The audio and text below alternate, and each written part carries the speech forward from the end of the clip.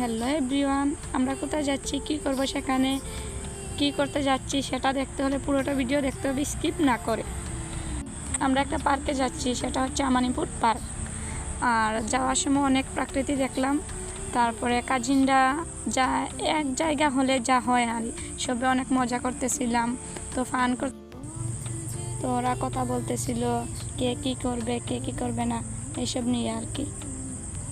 তো সবাই যাচ্ছি, ফাইনালি চলে আসলাম। এরপর টিকিট কাউন্টারে এসেও দাঁড়ালাম। তো আমার ছোটো বোন এখানে আমার সাথেই চলে আসলো, এসে বলতেছে কখন ভিতরে ঢুকবে। আমি বলতেছি টিকিটটা নিয়ে নেই, পরে ঢুকবো।